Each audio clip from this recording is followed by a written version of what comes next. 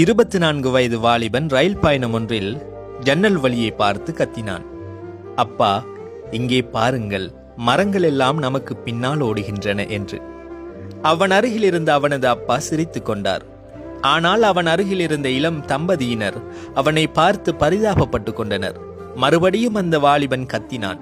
அப்பா, மேலே பாருங்கள், மேகங்கள் நம்மோடு வருகின்றன என்றான். இதை கேட்டு தாங்க முடியாத தம்பதியினர் வாலிபனின் தந்தையிடம், நீங்கள் ஏன் உங்கள் மகனை ஒரு நல்ல வைத்தியரிடம் காட்டக்கூடாது என்றார்.